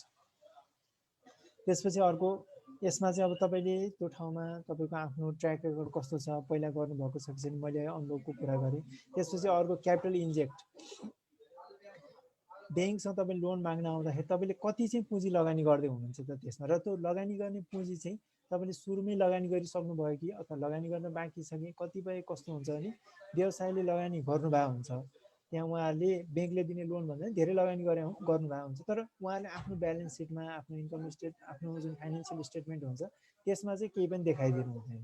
त्यसले गर्दाखेरिमा चाहिँ ब्याङ्कलाई चाहिँ पत्याउन गाह्रो हुन्छ होइन त्यो भएको भएर एकदम पारदर्शी रूपमा आफ्नो एक्चुअल पोजिसन के हो त्यो नै अडिटरलाई भन्नु पऱ्यो र अडिटरलाई त्यही अनुसारले वित्तीय विवरणहरू बनाउन लगाउनु पऱ्यो। मैले 10 लाखभन्दा माथिको कर्जाको हकमा कुरा गरेको होइन राष्ट्र ब्याङ्कले पनि त्यो लिनुपर्ने भनेको छ होइन वित्तीय विवरणहरू। त्यस कारण त्यसमा चाहिँ क्लियरली चाहिँ आफूले कति लगानी गरेको अब नेक्स्ट इयर कति चाहिँ बढाउन चाहेको र त्यसमा ब्याङ्कबाट कति लगानी थप चाहनु भएको भन्ने कुरा वित्तीय विवरणहरूमा पनि क्लियरली उल्लेख गरिदिनु पर्ने हुन्छ। र हामीले कस्तो देख्छौँ भने हेर्न जाँदाखेरि उहाँको फ्याक्ट्री स्ट्रक्चर एकदमै राम्रो हुन्छ तर के हुन्छ भने ब्यालेन्स सिटमा चाहिँ बिल्डिङ भनेर केही पनि देखिया हुँदैन जबकि त्यहाँ उहाँले एकदम ठुलो बिल्डिङ बनाएर कुखुरा पाल्नेदेखि लिएर होइन व्यवसायलाई आवश्यक परेको चाहिँ स्ट्रक्चरहरू बनाउनु भएको हुन्छ तर त्यो स्ट्रक्चरहरूलाई चाहिँ ब्यालेन्स सिटमा नदेखाइदिँदाखेरिमा चाहिँ ब्याङ्कले चाहिँ के गर्छ उहाँलाई चाहिए जति कर्जा दिन सक्ने अवस्थामा चाहिँ हुँदैन ब्याङ्क होइन त्यो सबै कुराले जस्टिफाई गर्नुपर्ने हुन्छ। उहाँको आफ्नो जुन पुँजी लगानी हो त्यो चाहिँ उहाँको ब्यालेन्स सिटमा देखिनु पर्यो। त्यसपछि अर्को धितो यदि उहाँले धितो दिँदै हुनुहुन्छ भने त्यो धितो चाहिँ ब्याङ्कबाट कति टाढा छ होइन कस्तो ठाउँमा छ त्यसको ओनर को हो अब त्यो व्यवसायमा संलग्न भएको मान्छे बाहेक अरू मान्छेको धितो ल्याउनु भएको छ भने त्यो किन अर्को मान्छेले किन दिँदैछ कुनै पनि व्यक्तिले त्यो व्यवसायमा धितो दिँदैछ भनेपछि त्यो व्यवसायमा उसको इन्ट्रेस्ट हुनु पर्यो होइन कि त ऊ त्यसको सेयर होल्डर हुनु पर्यो कि डाइरेक्टर हुनु पर्यो अथवा त्यहाँबाट आएको आम्दानी उसलाई जाने केही व्यवस्था हुनु पर्यो होइन नत्र भने उसले किन धितो दिन्छ होइन त्यो भएको भएर भोलि कानुनी झमेला नहोस् भनेर यस्ता कुराहरू ब्याङ्कले पहिला नै क्लियर गर्नु खोज्छ। त्यसपछि अर्को चाहिँ तपाईँले व्यवसायीले त्यहाँ उत्पादन गरिसकेपछि त्यो उत्पादित जुन प्रडक्ट हुन्छ त्यो चाहिँ बजारमा समयमा जान सकेको छ कि छैन त्यसपछि त्यसको सही बजार छ कि छैन सही मूल्य पाएको छ कि छैन भन्ने कुरा पनि ब्याङ्कले बुझ्छ कर्जा दिने क्रममा। र यदि त्यो तपाईँले एउटा यस्तो व्यवसाय गर्नु खोज्नुभयो जसको चाहिँ अहिलेसम्म बजार नै छैन नेपालमा विदेशमा बजार छ नेपालमा बजार छैन र एक्सपोर्ट गर्ने प्रक्रियामा चाहिँ धेरै किसिमका झमेलाहरू छन् धेरै किसिमको स्वीकृतिहरू लिनुपर्छ भने त्यस्तो व्यवसायलाई चाहिँ ब्याङ्कले पनि पहिला तपाईँको कानुनी प्रक्रिया सबै पुरा गरेर आउनुहोस् होइन त्यो स्वीकृति लिनुपर्ने सबै स्वीकृतिहरू लिएर आउनुहोस् अनि मात्रै हामी लगानी गर्छौँ भन्न सक्छ त्यस्तो अवस्थामा होइन। त्यस कारण आफूले गर्ने व्यवसाय जुन गरिरहेछौँ त्यसबाट उत्पादित हुने प्रडक्ट चाहिँ बजारमा जान्छ कि जाँदैन होइन यसको बजार यहाँ छ कि छैन भन्ने कुरा पनि क्लियर हुनु पऱ्यो र यहाँ छैन भने बाहिर लगेर बेच्नको लागि के प्रक्रिया छ त त्यो प्रक्रिया आफूले अवलम्बन गरेको छ कि छैन भन्ने कुरा व्यवसायले चाहिँ क्लियर भएर ब्याङ्कलाई बुझाउन सक्नु पऱ्यो। अब यो लोन एप्रेजल गर्ने प्रक्रिया भनेको चाहिँ लोन अगाडि बढाइसकेपछि माथि अब तपाईँको ब्याङ्कको चाहिँ तपाईँको रिस्क डिपार्टमेन्टदेखि लिएर बिजनेस डिपार्टमेन्ट हुँदै एउटा स्वीकृत हुने प्रक्रियामा पुग्छ र त्यो क्रममा चाहिँ बिजनेस डिटेल्सहरू त्यसपछि क्यास फ्लोका कुराहरू म्यानेजमेन्टका कुराहरू होइन त्यसमा लाग्ने कस्ट त्यो व्यवसाय जुन उहाँले लोन माग्नु भएको छ त्यसमा लाग्ने खर्च कति हो त्यसमा लोन चाहिँ कति लिन लाग्नु भएको जस्तो 1 करोड खर्च लाग्दैछ व्यवसायले चाहिँ 10 लाख मात्रै लोन माग्नु भयो भने बाँकी उहाँले राख्नुहुन्छ भन्ने ब्याङ्कले बुझ्ने भयो र उहाँले राख्ने पैसा चाहिँ कसरी राख्दै हुनुहुन्छ होइन कति कति ट्रान्चेसमा राख्दै हुनुहुन्छ अथवा अहिले अवस्था के छ भन्ने कुरा ब्याङ्कले हेर्छ। त्यसपछि अब अर्को त धितोको कुरा भयो त्यो धितो ब्याङ्कले चाहिँ अब अलिकति धेरै ठुलो लोनहरू दिँदाखेरिमा चाहिँ जुन धितो माग्छ त्यो धितो चाहिँ ग्राहकलाई कति माइने राख्छ त त्यसले होइन त्यो धितो चाहिँ आफ्नै घरबारी हो भने भोलि त्यो धितोको जोगाउनुको लागि पनि ऊ बिजनेसमा चाहिँ सिरियसली लाग्छ भन्ने हुन्छ ब्याङ्कको बुझाइ। त्यस कारण कति इम्पोर्टेन्ट छ त्यो व्यवसायलाई अथवा धितो त्यो बरोहरूलाई ऋणीलाई चाहिँ भन्ने कुरा हुन्छ र त्यसको मूल्य कति छ त भोलि वर्स्ट केस सिनेरियोमा अलिकति अप्ठ्यारो हुँदाखेरिमा चाहिँ ब्याङ्कले त्यो धितो बिक्री गरेर कर्जा उठाउनु पर्ने अवस्था भयो भने साँच्चै बिक्री हुन्छ कि हुँदैन अथवा सही मूल्य पाउँछ पाउँदैन भनेर पनि ब्याङ्कले हेर्छ। अब अहिलेसम्म हजुरको नेपालको कन्टेक्स्टमा चाहिँ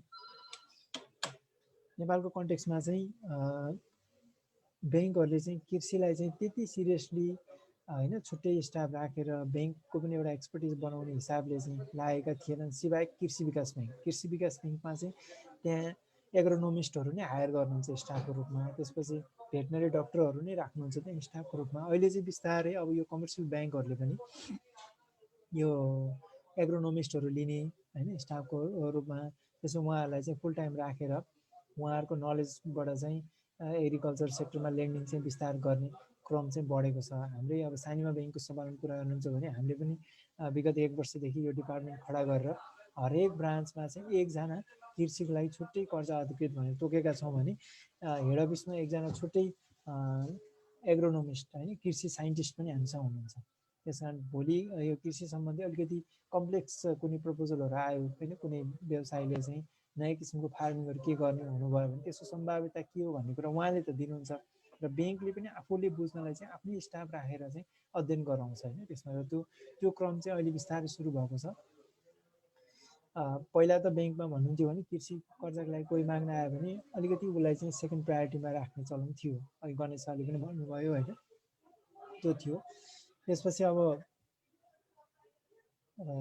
कृषिलाई चाहिँ धेरै कुराहरूले चाहिँ अरू व्यवसाय जस्तो हुँदैन होइन कृषिमा चाहिँ धेरै कुराले चाहिँ यसलाई प्रभाव पार्छ। जस्तो टाइममा उसले चाहिँ बिउ बिजन पाएन भने उसले सही रूपमा उत्पादन गर्न सक्दैन। 1 महिना मात्रै ढिलो भयो भने उसको प्रोडक्सन घट्छ प्रोडक्टिभिटी कम हुन्छ। त्यसपछि अर्को तपाईँको प्राइस जुन रूपमा यो इनपुट्स र क्रप्सको जुन प्राइस छ जो बिउ बिजन किन्दाखेरि मल किन्दाखेरि प्राइस चाहिँ कहिले एकदमै फ्लक्चुएटिङ छ होइन सधैँ एकनास छैन। कहिले एकदमै धेरै हुने कहिले एकदमै कम हुने किसानले कहिले पाउँदै नपाउने टाइममा सप्लाई पनि नहुने टाइममा डिमान्ड गरे अनुसार पनि नपाउने होइन सफिसियन्ट रूपमा नपाउने अवस्था नेपालमा छ। अहिले पनि तपाईँको बङ्गलादेशसँग डिल गरिरहेको छ नेपाल गभर्मेन्टले मलको लागि होइन जुन चाहिँ अझै कङ्क्रिट रूपमा चाहिँ भइसकेको छैन कति आउने के आउने टाइममा आउँछ कि आउँदैन भन्ने कुराहरू यस्ता किसिमका प्रब्लमहरू चाहिँ अझै पनि कृषिमा छन्। त्यसपछि अर्को चाहिँ कस्तो पनि छ भने कृषिमा कुनै एउटा क्रप्स नै उब्जनी गर्दाखेरिमा कति यिल्ड दिन्छ त एक रोपनीमा कति यिल्ड दिन्छ भन्ने कुरा ब्याङ्कको स्टाफहरूलाई अथवा ब्याङ्कको कर्जा हेर्ने अधिकृतहरूलाई चाहिँ त्यो ज्ञान छैन अझै पनि किनकि त्यसमा संलग्न छैनन् उनीहरू र किसानले चाहिँ एउटा किसानले एउटा भने हुन्छ अर्को किसानले अर्को भने हुन्छ त्यसमा एकरूपता छैन एउटा स्ट्यान्डर्ड कुनै पनि गाइडलाइन्सहरू होइन यति एक रोपनीमा यो किसिमको क्रप्स लगाउँदाखेरि यति उत्पादन हुन्छ भन्ने छैन।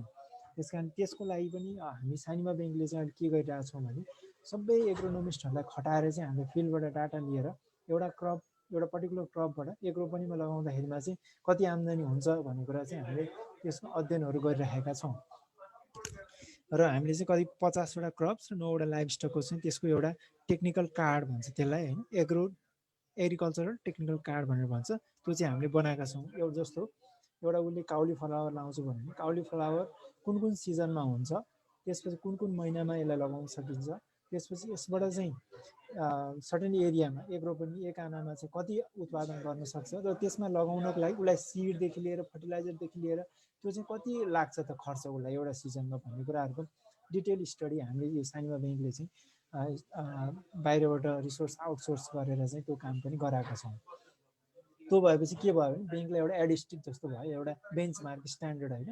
कसरी काउली फ्लावरको लागि आउँछु भन्यो भने अब ब्याङ्कले चाहिँ अब के हो भनेर कुनै स्टाफको जजमेन्टमा डिपेन्ड हुनु परेन, एउटा स्ट्यान्डर्ड डकुमेन्ट भएपछि ल काउली फ्लावर यति हुन्छ भनिसकेपछि त्यसमा त्यो अनुसारले प्रेजेन्ट भएको छ कि छैन भनेर हेरेर हामीले चाहिँ डिसिजन दिन सक्छौँ। त्यसपछि अर्को वेदरको कुराहरू छ। यो चाहिँ अहिले अब बिस्तारै वेदर इन्डेक्स इन्सुरेन्सहरू पनि इन्सुरेन्स कम्पनीहरूले चलनमा ल्याएको छ होइन। अब यो वेदरले पनि धेरै एफेक्ट गर्ने हुँदाखेरिमा वेदरको इन्सुरेन्स भइदियो भने ब्याङ्कहरू अझ बढी कम्फर्टेबल हुन्छन् यो कृषिमा। र अहिले त बिस्तारै यो शिखरले पाइलटिङ पनि गर्यो मुस्ताङमा तपाईँको स्याउको होइन यो सक्षमसँग मिलेर, त्यसै उनीहरूले त्यसलाई बिस्तारै कमर्सियल रूपमा पनि ल्याइरहेछन्। सो वेदर इन्डेक्स बेस्ड चाहिँ तपाईँको इन्सुरेन्स भइदियो भने अझ राम्रो हुन्छ। रेनफल टेम्परेचरले चाहिँ धेरै इम्प्याक्ट पार्छ। अलिकति बढी पानी परिदियो, अलिकति बढी घाम लाग्यो अथवा सुक्खायाम भइदियो भने चाहिँ त्यो अनुसारको प्रोडक्टिभिटी नहुने र प्रोडक्टिभिटी नभइसकेपछि आउटपुट भएन भने त उसले समयमा बेच्न पाएन अथवा सही रूपमा बेच्न पाउँदैन र उसको चाहिँ आम्दानी हुन सक्दैन होइन। त्यो भयो। त्यसपछि अर्को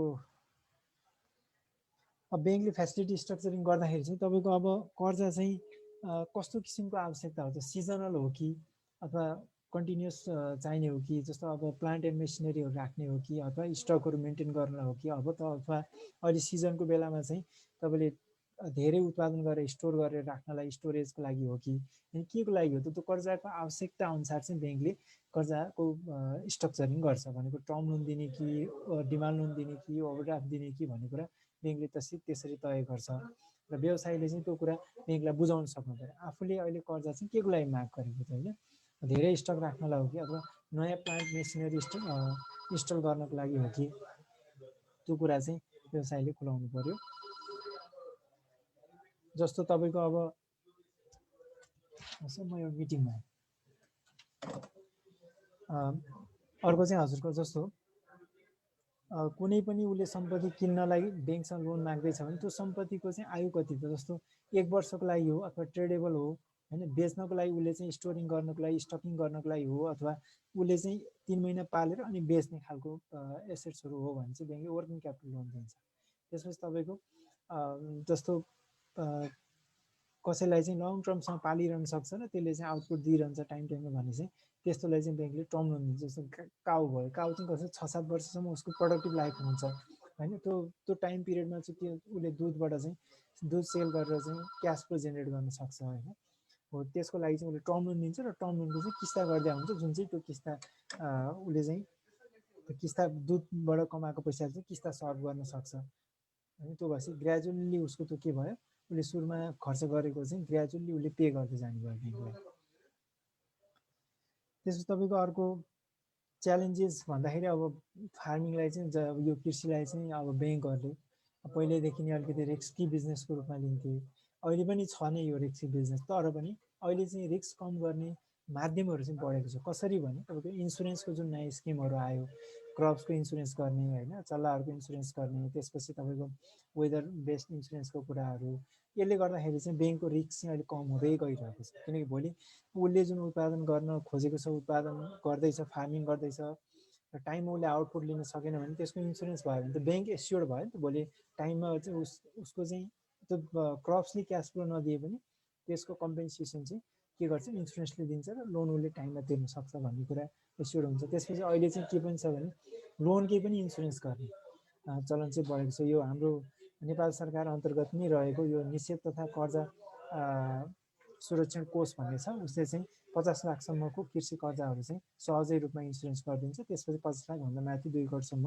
उसको स्वीकृति लिएर ब्याङ्कले चाहिँ लगानी गरेको खण्डमा चाहिँ त्यस्तो कर्जाहरूलाई पनि उसले इन्सुरेन्स गर्छ र त्यो कर्जाको इन्सुरेन्स भइसकेपछि के भयो, भोलि कृषकले चाहिँ समयमा त्यसलाई चाहिँ उब्जनी गर्न नसकेर अथवा कारणवश होइन तपाईँको वेदरको कारणले अथवा डिफ्रेन्ट कारणले चाहिँ प्रोडक्सन हुन नसकेर चाहिँ उसले आउटपुट लिन सकेन र क्यास फ्लो जेनेरेट गर्न सकेन भने चाहिँ इन्सुरेन्सबाट कम्पेन्सेट हुने भयो।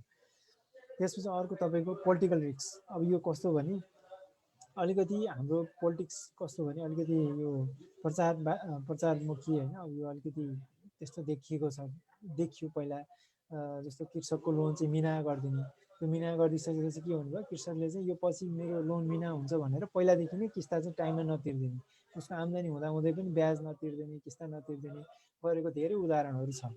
र यो सहुलियतपूर्ण कर्जाको हकमा पनि अब नेपाल गभर्मेन्टले यसलाई पोलिटिकल प्रोपोगान्डा बनाइदियो भने चाहिँ भोलि ब्याङ्कहरूलाई अप्ठ्यारो पर्ने हुन्छ। जस्तो अहिले सहुलियत लिएकाले चाहिँ भोलि ब्याजै तिर्न पर्ने अथवा कर्जा तिर्न पर्ने भनेर कुनै एउटा चुनावी एजेन्डा बनाएको खण्डमा चाहिँ ब्याङ्कहरूलाई अप्ठ्यारो पर्ने हुनसक्छ अरू थप व्यवसाय विस्तार गर्नलाई होइन। टाइममा ब्याङ्कले पनि लगानी किन गर्छ त भन्दाखेरि कमाउनलाई गर्ने हो होइन। भलै अब के कृषिमा लगानी गर्दा कम कमाइ हुन्छ होला, तर आफ्नो कस्ट त उठाउनु पर्ने हुन्छ। यो कुराहरूले गर्दाखेरि चाहिँ ब्याङ्क कन्भिन्स हुन नसक्ने कारण चाहिँ त्यो हो। अर्को क्वालिटी अफ कोलाट्रल होइन। अब फार्मल्यान्ड अब कृषिमा लगानी गर्दाखेरि फार्मल्यान्ड पनि ब्याङ्कले चाहिँ धितोको रूपमा लिन्छन्, जसले गर्दाखेरि त्यो चाहिँ अब भोलि वर्स्ट केस सिनेरियोमा त्यो धितोबाट पैसा उठाउनु परेको खण्डमा त त्यसले फुल्ली रिकभर नहुन सक्छ। त्यसले गर्दा पनि ब्याङ्कले यसलाई अलिकति च्यालेन्जिङ रूपमा हेर्ने हो।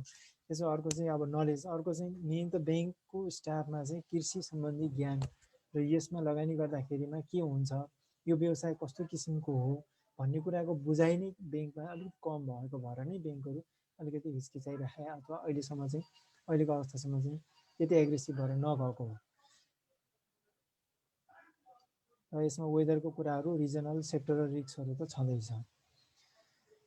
क्रेडिट एप्रोच गर्ने क्रममा चाहिँ अब कति एडुकेट रूपमा व्यवसायी अथवा कृषकले चाहिँ ब्याङ्कलाई इन्फर्मेसन दिनुहुन्छ आफ्नो व्यवसायको बारेमा, कति सफिसियन्ट उहाँले इन्सुरेन्स कभरेज गर्नुभएको छ त्यो व्यवसायको। त्यसपछि उहाँले जुन व्यवसाय गरिरहनु भएको छ त्यो व्यवसाय चाहिँ बेस्ट सुइटेबल हो कि होइन, सोइलको हिसाबले, वेदरको हिसाबले होइन, त्यो कुरा भयो। त्यसपछि अर्को इनपुट सप्लायरहरू, उहाँले जुन व्यवसाय गर्न खोज्दै हुन्छ त्यसको लागि चाहिने इनपुट्सहरू टाइममा उहाँले पाउनुहुन्छ कि पाउनुहुन्न, त्यो लोकल्ली एभाइलेबल इनपुट्स हो कि बाहिरबाट इम्पोर्ट गर्ने इनपुट्स हो, त्यो कुरा भयो। त्यसपछि एभाइलिटी अफ लेबर, भोलि उहाँले अलिकति व्यवसाय चाहिँ विस्तार गर्ने क्रममा उहाँलाई चाहिने लेबरहरू, मेन पावरहरू चाहिँ उहाँले पाउन सक्ने अवस्था छ कि छैन मार्केटमा। त्यसपछि पोस्ट हार्भेस्ट स्टोरेज, हार्भेस्ट गरिसकेपछि उत्पादन त गर्नु हो, तर त्यो स्टोरेज गर्ने चाहिँ उहाँसँग क्यापासिटी छ कि छैन होइन। जस्तो पेरिसेबल तरकारी यिनीहरू त तपाईँको 2-3 दिनमा कुहिएर जान्छ, सही तरिकाबाट स्टोर भएन भने त्यो स्टोरेज गर्ने क्यापासिटी उहाँहरू छ कि छैन होइन। त्यसपछि मार्केट एभाइलेबल छ कि छैन बेच्नको लागि टाइममा। जस्तो सीताके च्याउ तपाईँको यहाँ उत्पादन गरेर बेच्न खोज्दाखेरि सही मूल्य र सही बजार छैन, तर विदेशमा गयो भने त्यसको एकदमै हाई डिमान्ड छ। भनेपछि यहाँ सीताके च्याउ कसैले उत्पादन गर्नलाई व्यावसायिक प्रपोजल लिएर ब्याङ्कमा आउनुभयो भने उहाँले मार्केट चाहिँ कहाँ देख्नु भएको छ त होइन। इन्टरनेसनल मार्केट हो भने त्यो इन्टरनेसनल बडीसँग चाहिँ भएको कन्ट्र्याक्टहरू, कम्युनिकेसनहरू चाहिँ ब्याङ्कले हेर्न खोज्छ। त्यसपछि अर्को एसेसिङ इन्टायर भ्यालु चाहिँ जस्टिफाइङ द बिजनेस रिक्वायरमेन्ट फ्रम 360 डिग्रीबाट हेर्छ ब्याङ्कले चाहिँ। तपाईँले व्यवसाय कुनै गर्दै हुनुहुन्छ, त्यसलाई चाहिने इनपुट, तपाईँले गर्न सक्ने क्षमता, त्यसपछि त्यसलाई चाहिने त्यसलाई बेच्नलाई चाहिने बजार छ कि छैन त। अनि यो सबै कुरालाई चाहिँ ब्याङ्कले अध्ययन गर्छ। अब ब्याङ्कले यो सबै अध्ययन गर्नुको कारण के हो भने सुरुमै ब्याङ्कले यो सबै कुरामा क्लियर भएर लोन दियो भने भोलि बिचमा आउने कुनै चान्सेस लसेसहरू, डिफल्ट हुने चान्सेस चाहिँ कम हुन्छ भन्ने चाहिँ ब्याङ्कको मान्यता हो। अब ब्याङ्कले अब यो नर्मल स्ट्यान्डर्ड एउटा क्रेडिट एप्रेजल प्रोसेसमा हेर्ने भनेको क्यारेक्टर, क्यापासिटी, कोलाट्रल होइन, क्यापिटल, कन्डिसन। यो भनेको क्यारेक्टर भनेको चाहिँ उहाँको म्यानेजमेन्ट क्वालिटी कति छ, उहाँ त्यहाँ त्यो बिजनेस गर्न सक्ने उहाँको क्षमता। त्यसपछि क्यापासिटी, जति उहाँले बिजनेस गर्न खोज्नु भएको छ त्यसमा उहाँको आफ्नो लगानी र ब्याङ्कको लगानी अनुसार चाहिँ उहाँले गर्न सक्ने क्षमता छ कि छैन। त्यसपछि धितो उहाँले के दिँदै हुनुहुन्छ होइन, ग्यारेन्टी छ कि छैन। त्यो लोनमा त्यो व्यवसायमा लगानी गरिसकेपछि ब्याङ्कले चाहिँ टाइममा किस्ता असुल गर्न सक्ने क्यास फ्लो चाहिँ त्यो बिजनेसबाट हुन्छ कि हुँदैन। यदि भएन भने धितोबाट उठाउन सक्ने अथवा अन्य धितो के छ, अन्य सेक्युरिटी के छ भन्ने कुरा ब्याङ्कले हेर्छ। अर्को पुँजी कति लगानी गर्नुभएको छ व्यवसायीले। त्यसपछि अहिलेको वातावरण कस्तो छ त्यो व्यवसाय अथवा त्यो फार्मिङ गर्नको लागि भन्ने कुरा ब्याङ्कले अध्ययन गर्छ। अब यो सबै गरिसकेपछि यो मैले अहिले भनेका कुराहरू सबै कुनै व्यवसायी अब 10 लाखसम्मको हकमा चाहिँ यो सबै मैले अहिले भनेको प्रक्रियाहरू चाहिँ लागू नहुन सक्छ अथवा 1 करोड 5 करोडसम्मको कर्जामा पनि लागू नहुन सक्छ। त्योभन्दा माथिको कर्जा कतिपय कुरा चाहिँ त्योभन्दा माथिको कर्जालाई लागू हुने कुराहरू छन्।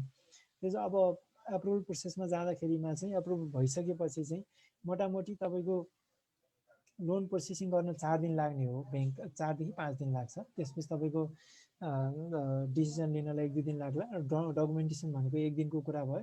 भनेपछि हप्ता 10 दिनमा किसानले चाहिँ कर्जा पाउने चाहिँ व्यवस्था हामीले सानिमा ब्याङ्कमा गरेका छौँ र त्यसरी लगानी गरेर नै यो 3-4 वर्षको अवधिमा हामीले 1.5-2 अर्बको यो साना किसानहरूलाई लगानी गरेर पोर्टफोलियो बनाइसकेका छौँ। अराउन्ड 4,000 भन्दा प्लस चाहिँ हाम्रो किसानहरू नै हाम्रो चाहिँ ऋणीको रूपमा हुनुहुन्छ नेपाल अधिराज्यभर। त्यसपछि अब डिस्बर्समेन्ट पछि फलोअप गर्ने कुरा, रिकभरी गर्ने कुरा, टाइममा किस्ता आएन भने फलोअप गर्ने कुराहरू छँदैछन्। त्यो ब्याङ्कले नियमित रूपमा अगाडि गरिराखेकै हुन्छ। मोनिटरिङको कुरामा चाहिँ ब्याङ्कले मोनिटरिङ गर्ने अब यो कर्जाको साइज अनुसार हुन्छ। सानो कर्जाहरूलाई त्यस्तो धेरै निटिग्रिटीमा गएर ब्याङ्कले गर्दैन। अलिकति ठुलो कर्जाहरू लगानी गरेको खण्डमा चाहिँ उसले सप्लायरलाई पेमेन्ट गर्नुपर्ने छ भने ब्याङ्कले डाइरेक्ट सप्लायरलाई पैसा दिने होइन। उसले चाहिँ कुनै अब उसको प्रडक्ट बेचिसकेपछि मार्केटबाट उठाउने पैसा चाहिँ ब्याङ्क थ्रुबाट रुट गर्ने यो प्रक्रियाहरू यो मोनिटरिङको माध्यमहरू चाहिँ ब्याङ्कले अवलम्बन गर्छ। अब अहिले यो धेरै सुनिने यो भ्यालु चेन फाइनेन्सिङ भनेको अब यो त्यति मजबुत रूपमा नेपालको मार्केटमा यो भ्यालु चेन फाइनेन्सिङ छैन। तर पनि अब ग्रेजुअली अहिले जब यो फार्मिङको लागि जुन रूपमा लोन बढेको छ, मैले अहिले अरू यो राष्ट्र ब्याङ्कबाट डेटा हेर्दाखेरि पनि यो फार्मिङ टाइपको लोनहरू चाहिँ को डिमान्ड भनेको चाहिँ तपाईँको 1 लाखदेखि 1 करोडसम्म चाहिँ बढी हुँदो रहेछ। अनि एमएसएमई भन्छ त्यस्तो किसिमको कर्जाहरूको माग बढी। त्यो कर्जाहरू भनेको चाहिँ कहाँ प्रयोग हुने हो भन्दा त फार्मिङमा युज हुने। त्यस कारण जब अब यो फार्मिङ अलिकति एक्सटेन्सिभ रूपमा अलिकति एग्रेसिभ रूपमा लागेर बढ्दै जान्छ, आउटपुट आउन थाल्छ, अनि त्यसपछि प्रोसेसिङ युनिटहरू डिमान्ड हुन्छ होइन। प्रोसेसिङ युनिटहरू बिस्तारै बढ्दै गइसकेपछि अनि बल्ल यो भ्यालु चेनको कन्सेप्ट चाहिँ चरितार्थ गर्न सकिन्छ नेपालको मार्केटमा। अहिले चाहिँ केही छन् जस्तो उखुको सवालमा भएको छ होइन। यो धनगढीमा, त्यसपछि धनगढीमा मलाई जहाँसम्म लाग्छ एउटा यो के उखु उद्योग हो, उसले चाहिँ यो भ्यालु चेनको मोडेलमा चाहिँ काम गरेको छ। र तर अरू सेक्टरमा चाहिँ त्यति डेभलप हुन सकेको छैन भ्यालु चेन फाइनेन्सिङ। र ग्रेजुअली अब यो फार्मिङको बढ्दै गइसकेपछि चाहिँ यो पनि बिस्तारै अब 1-2 वर्षमा नेपाली मार्केटलाई चाहिँ यो पनि चाहिने कुरा हुन्छ, यो पनि चाहिने प्रडक्ट हुन्छ। र हामी ब्याङ्कहरू यसमा चाहिँ तयार छौँ। सानिमा ब्याङ्कको हकमा कुरा गर्नुहुन्छ भने we are ready for value chain financing also. मोटामोटी यही नै छ मेरो पार्टबाट चाहिँ। अब यहाँहरूसँग केही जिज्ञासा छ भने प्लिज राख्नु होला। अब त्यसमा चाहिँ गणेश सर केही मैले छुटाएको छु भने प्लिज मलाई सुझाउनु होला। हजुर, धन्यवाद रोशन सर हजुरको यो इन्फर्मेटिभ जानकारीको लागि। आज हामी माझ यहाँ पञ्चकाजीजी पनि हुनुहुन्छ जो कृषक समूहको महासङ्घबाट हुनुहुन्छ।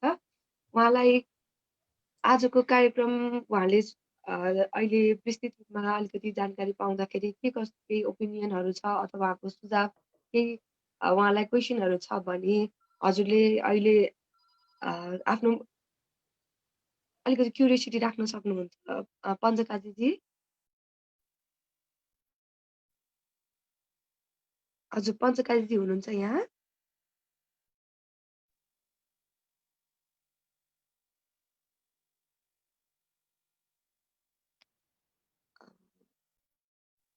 अहिले उहाँ हामीसँग उपलब्ध हुनुहुन्न जस्तो छ। अब हामीले अहिले अब सबैजना उपस्थित व्यक्तित्वहरूले सुनिहाल्नुभयो अब कसरी सानिमा ब्याङ्कले चाहिँ आफ्नो तर्फबाट सक्नेसम्म कृषि क्षेत्रमा कसरी अगाडि बढ्ने अथवा लगानी गर्ने भन्ने कुराहरू यसमा गर्नुपर्ने हामीले कृषकले बुझाउनु पर्ने डकुमेन्टदेखि लिएर उहाँले गर्ने कामको बारेमा विस्तृत जानकारी दिनुभयो। अब यहाँ हुनुभएको अथवा लाइभ हेरिराख्नु भएको कसैलाई केही प्रश्नहरू छ भने यहाँ राख्न सक्नुहुन्छ प्लिज।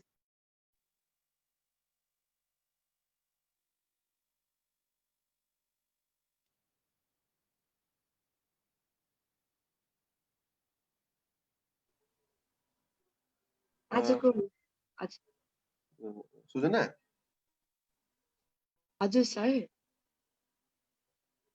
गरी यो फेसबुकमा आएको क्वेसनहरूको चाहिँ प्रायः जसो सबै एन्सर हाम्रो रोशन सरले प्रेजेन्टेसनमै भनिसक्नु भएको छ होइन। त्यही भएर मैले इन्डिभिजुअल क्वेसनहरू लिन, यो टर्म लोन पाउने कि वर्किङ क्यापिटल लोन पाउने कि, अनि यी सबै कुराहरू चाहिँ रिपिटेडली एन्सर दिएर हामी टाइम लस नगरौँ। सबै कुरो उहाँले एकदमै क्लियर गरिदिनु भएको छ। रोशन सरले यति ब्रिफली भनिदिनु भएको छ, यो जसले सुन्यो जसले हेऱ्यो I think everything is very clear होइन। अब त्योभन्दा बाहेक अरू स्पेसिफिक क्वेसनहरू तपाईँहरूको कहीँ अब मेबी एनएमई ब्याङ्कमा जाँदाखेरि केही कुराहरू आएको छ, त्यो कुराहरू एड्रेस भएको छैन भने चाहिँ राख्नु होला। अनि यहाँ जुममा हुने साथीहरूले चाहिँ कसैलाई केही स्पेसिफिक क्वेसनहरू रेज गर्नु छ, उहाँले एन्सर नगर्नु भएको वा उहाँको प्रेजेन्टेसनमा नदेखिएका कुराहरू केही छन् भने चाहिँ म राखिदिन अनुरोध गर्दछु। आफ्नो हात उठाएर चाहिँ राख्न सक्नुहुन्छ।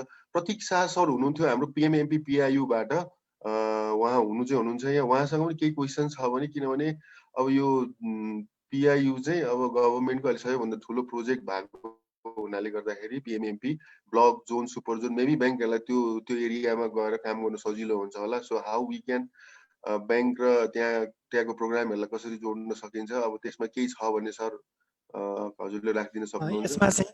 यसमा चाहिँ अब जस्तो मैले अघि पनि भने हामीले चाहिँ छुट्टै यहाँ कृषि विभाग राखेका छौँ, त्यसपछि हरेक ब्रान्चमा एकजना कृषि अधिकृत राखेका छौँ होइन। अब त्यो भएको भएर उहाँहरूले चाहिँ जस्तो उहाँहरूको सुपर जोन मा जुन कार्यक्रमहरू हुन्छ नि, त्यो कार्यक्रमहरूमा चाहिँ हाम्रो स्टाफहरूलाई कनेक्ट गर्न सक्नुहुन्छ कि।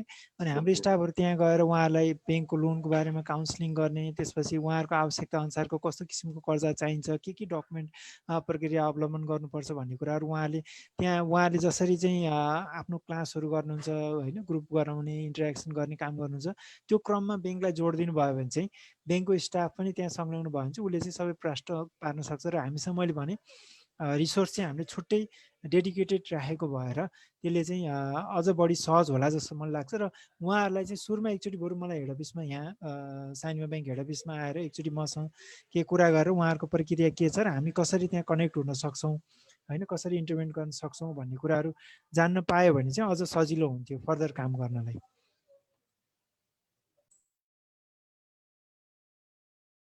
हजुर डम्बर सर। हो आई थिङ्क हो त्यो राम्रो उपाय हो। हजुर सर म सुन्दैछु सर। हजुर सर मैले सुजना ल अब के छ अरू कसैको केही प्रश्नहरू अथवा ओपिनियनहरू केही छ भने हजुर प्रस्तुत गर्न सक्नुहुन्छ। नभए अब ओभरअल मोटिभ अब भनौँ न कृषि क्षेत्रमा लाग्ने ओभरअल उहाँहरूको सहयोग गर्ने तरिका अथवा कसरी जान सकिन्छ भन्ने कुरा उहाँले डिस्क्रिप्टिभ वेमा भनिसक्नु भएको छ। अब यसलाई कसैले इन्भल्भ हुन चाहनुहुन्छ भने उहाँले नै भनिहाल्नु भयो, हजुरहरूले भेट्न सक्नुहुन्छ अथवा उहाँहरूसँग टाइम लिएर तपाईँहरूको आफ्नो प्रोग्रामहरू, आफ्नो प्रोजेक्टहरू सेयर गर्न सक्नुहुन्छ, ताकि ब्याङ्कले पनि तपाईँहरूको प्रोजेक्टलाई स्टडी गरेर कुन हदसम्म सहयोग गर्न सक्छ भन्ने एउटा वातावरण मिलाउन सक्नुहुन्छ। अब आजलाई केही अरू पनि प्रश्न छ भने हजुरहरूले अगाडि फरवर्ड राख्न सक्नुहुन्छ। यहाँहरूको अरू थप केही जिज्ञासा अथवा आफ्नै बिजनेसको बारेमा केही कुरा गर्नु छ र ब्याङ्कसँग आउन चाहनुहुन्छ भने मेरो कन्ट्याक्ट नम्बर चाहिँ सेयर गरिदिनु होला। मेरो कन्ट्याक्ट नम्बर र मेरो यहाँ अफिस स्टेसन यहाँ हेड अफिस अथवा हाम्रो कुनै पनि ब्रान्चमा जाँदा पनि हुन्छ। र पहिला उहाँलाई सहज यदि यहीँ काठमाडौँमै हुनुहुन्छ भने हेड अफिसमा आउँदा अझ बढी सहज हुन्छ होइन। त्यो भएको भएर मैले चाहिँ मेरो कन्ट्याक्ट नम्बर पनि सेयर गर्न सक्छु। मलाई कन्ट्याक्ट गरेर यहाँहरू आउन सक्नुहुन्छ।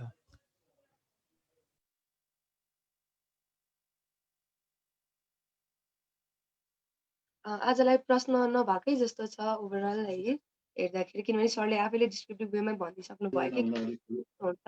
हजुर सुजना सुजना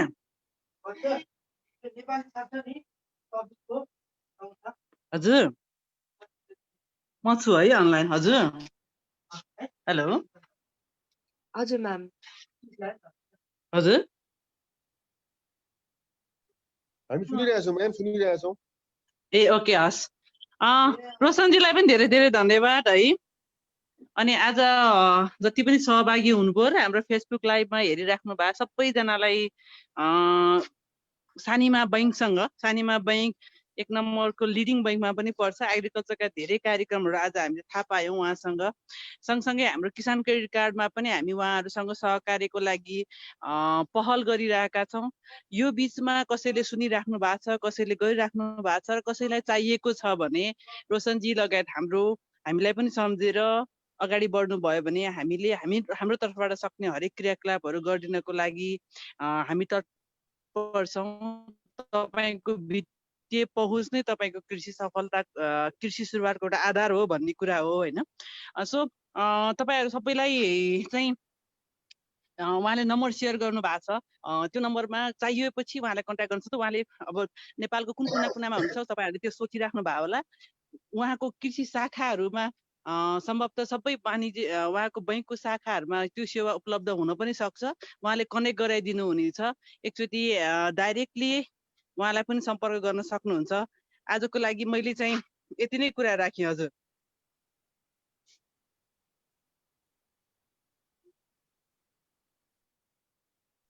लाग्छ आज डिटेलमा नै भएको कारणले सबैजनाको प्रश्नहरूको उत्तर आइसकेको जस्तो छ। त्यसैले अब अर्को हप्ता फेरि आइतबार कुनै यस्तै ब्याङ्कको सहयोगका साथ यहाँ फेरि प्रस्तुत हुने बाचा राख्दै अहिलेको लागि चाहिँ यहाँ उपस्थित सबैजनालाई धन्यवाद दिँदै म यो कार्यक्रम टुङ्गीको घोषणा गर्दछु। हजुर धन्यवाद। हस्, थ्याङ्क यू सुजनाजी अनि आरएनडी टिम सबैजनालाई धेरै धेरै धन्यवाद यो अवसरको लागि। मैले विजय सर पनि देखेँ। विजय सर नमस्कार। हजुर नमस्कार। हजुर सर नमस्कार सर। हजुर सर पनि हुनुहुँदो रहेछ, मैले भर्खर देखेँ सर। ए हजुर, अनि म अलिकति यहाँ उसमा हिजो मैले पाइनँ कि आइडी उहरू। अनि मैले पहिलेकोमा ट्राई गरेको थिएँ, पहिलेकोमा लिएन। अनि पछि गणेश सरले चाहिँ मलाई दिनुभयो। हजुर सर एकदम धन्यवाद। एकदम यो कार्यक्रम एकदम राम्रो हो। हाम्रो रोशन सरको एकदम कम्प्रिहेन्सिभ प्रस्तुति थियो। रोशन सरसँग हाम्रो अब पहिले पनि अब भेटघाट भएको होइन रोशन सर? हजुर हो। होइन कुनै तरिकाबाट सहकार्य हुन्छ सरहरूसँग त। अब टाइम लाग्ला, अब अहिलेको परिस्थितिले पनि अलिकति धकेलिदियो होइन। तर ठिकै छ। यसमा चाहिँ के मलाई आज तपाईँको एकदम प्रेजेन्टेसन एकदमै राम्रो लाग्यो। जो तपाईँले अघि जुन भन्नुभयो, अब पहिले कृषि विकास ब्याङ्क मात्रै थियो, अब अहिले तपाईँहरूले पनि अब धेरै यो एग्रिकल्चर लेन्डिङ सेक्टरमा चाहिँ धेरै कुराहरू चाहिँ अगाडि बढिसक्नु भएको छ। वास्तवमा यो कृषकहरूको जुन गुनासोहरू आइरहेछ, समयमा यो एग्रिकल्चर लोन पाइएन भन्ने कुराहरू, यो के थियो भने तपाईँले जुन भन्नुभयो त्यो ब्याङ्कमा अब त्यो सम्बन्धी एग्रिकल्चर सम्बन्धी स्टाफहरू नभएको अथवा चाहिँ जानकारी नभएको कारणले गर्दाखेरि पनि समस्या छ। त अब यसमा अब बाध्यता भएपछि सबैले त्यसमा चाहिँ अब अगाडि बढ्नै पर्ने हुन्छ होइन। अब धेरै राम्रो सुरुवातहरू भएको छ। अब सिक्ने क्रमहरू त अगाडि अब यसले वास्तवमा समय नै लिन्छ। जो एकदम हार्दिक धन्यवाद तपाईँलाई। Thank you sir. र हाम्रो सबै म्याडमहरूलाई, यहाँ हाम्रो यो कृषक प्रविधि टिमलाई, एग्री नेपाल टिमलाई धन्यवाद। वास्तवमा भन्ने यो कुरामा के भने वास्तवमा अब हामीले अब अझै गर्नुपर्ने कुराहरू चाहिँ धेरै नै छ वास्तवमा होइन। यो जस्तै कृषि विकास ब्याङ्कले अब यो एउटा धेरै लामो समयमा पछि उसले आफूलाई चाहिँ अपग्रेड गरेको हो होइन। त्यसै गरी अब अरू ब्याङ्कहरूलाई पनि अब यस्तो यो अब उहाँ रोशन सरले भनिसक्नु एग्रिकल्चर भनेको एकदम भेग टपिक हो होइन। अब यसलाई चाहिँ अब पूर्णता दिनलाई निश्चय पनि अझै पनि समय लाग्छ। प्रयास राम्रो छ। हार्दिक धन्यवाद। Thank you. हस्, थ्याङ्क यू विजय सर। अब चाहिँ हामी तपाईँलाई 2-4 दिन अगाडि नै इन्भाइटेसन गर्छौँ। हजुरले इमेल आइडी चाहिँ एउटा ड्रप गरिदिनु होला ल, यहाँ च्याटमा मेसेजमा हालिदिनुहोस्। मिस भएछ, त्यसको लागि क्षमा प्रार्थना। अनि सुजनाजी अब तपाईँको रेगुलर प्रोग्राममा जानुहोस् तपाईँ होइन। म पनि बिदा हुन्छु। धेरै धेरै धन्यवाद रोशन सरलाई, सबैजना उपस्थित हुने महानुभावहरूलाई पनि धेरै धेरै धन्यवाद। यो निरन्तर प्रयास गर्दै गएपछि केही न केही नतिजा आउँछ भन्ने कुरा हो हामी सबैको होइन। हजुर हो, जति सक्यो अब इन्फर्मेसन जानकारीहरू फ्लो गर्ने हो है। हुन्छ, हस्, thank you Dambar sir. Thank you very much. Thank you.